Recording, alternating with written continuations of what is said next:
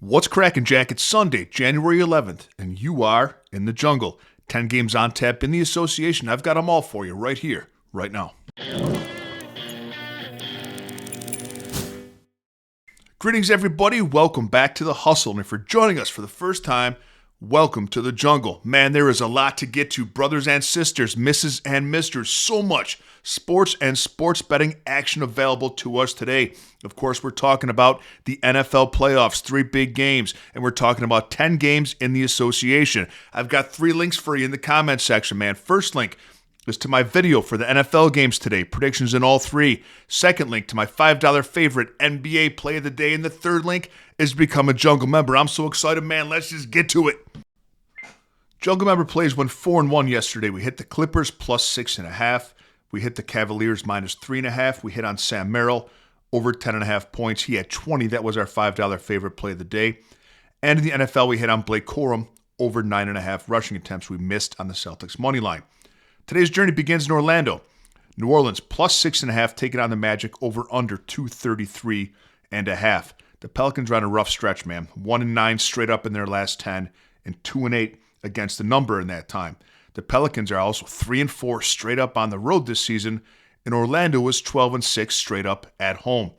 The Pelicans are the worst three-point shooting team in the association, knocking down just 33.8% of threes. Orlando is a top 10 defensive team defending the three. The Magic offensively make their hay in the paint. They're 5th in the NBA in paint points, and the Pelicans don't defend the paint well. 28th defending the paint. See where I'm going here? Lay the points with Orlando and consider Paolo Banchero of the Magic over 38.5 points, rebounds, and assists. Paolo has a median of 43 PRA in his last 5 games, and the Pelicans allow the 3rd most points in the league. Brooklyn plus 7.5 at Memphis. The over-under 220.5. Michael Porter Jr. out for the Nets. John Morant out for Memphis.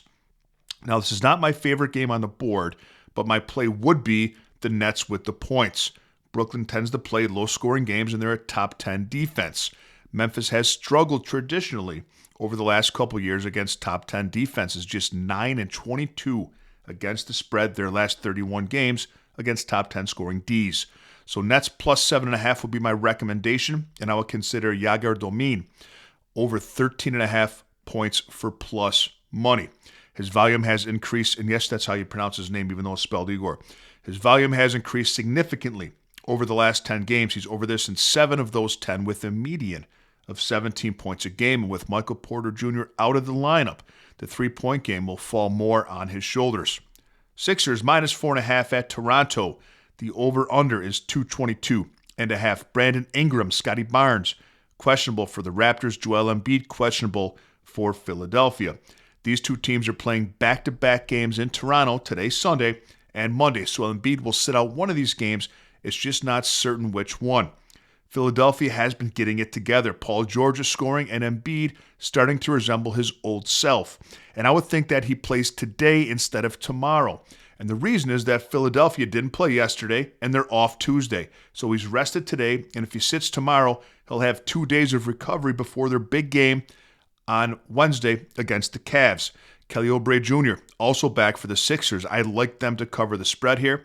They've been good against the number on the road. Philadelphia is 9-2 against the number their last 11 road games. Give me the Sixers minus 4.5 with a side dish of VJ Edgecombe over 9.5 rebounds and assists. He's played 2 games with this entire Philadelphia roster healthy, and his minutes haven't been cut in those 2 games, but his points, his shot volume has gone down, but his potential assists, his rebounds, going way up in those games. He's had 13 and 16 rebounds and assists with 10 potential assists and 14 rebound chances.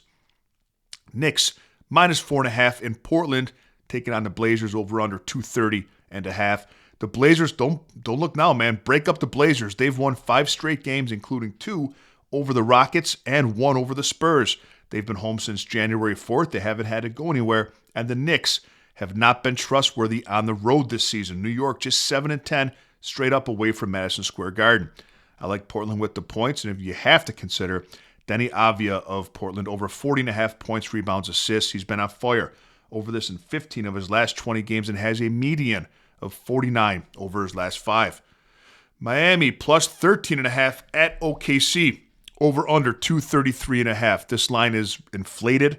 It's absolutely disrespectful to give the Eastern Conference's highest scoring team 13.5 points. I think it's crazy. It's rubbish, I say.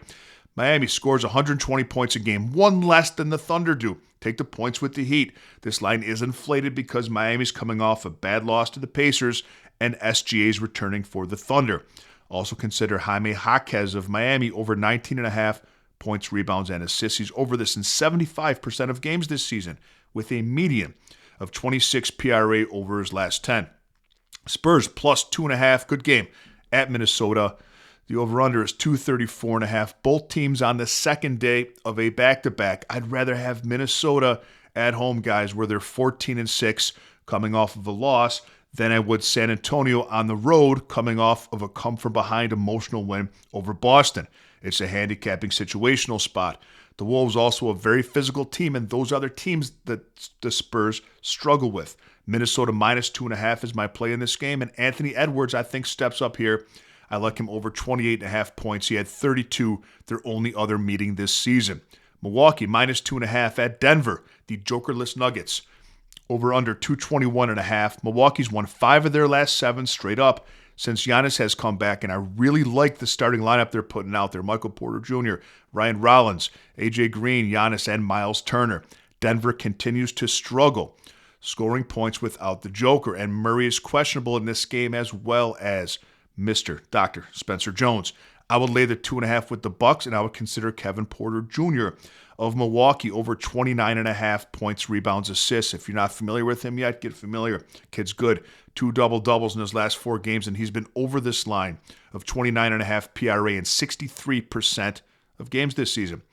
Wizards plus 14.5, bless their heart, at Phoenix over under 230.5. The Wizards are a bad team, and this is too many points to give them. They give up a lot of points, but they can score.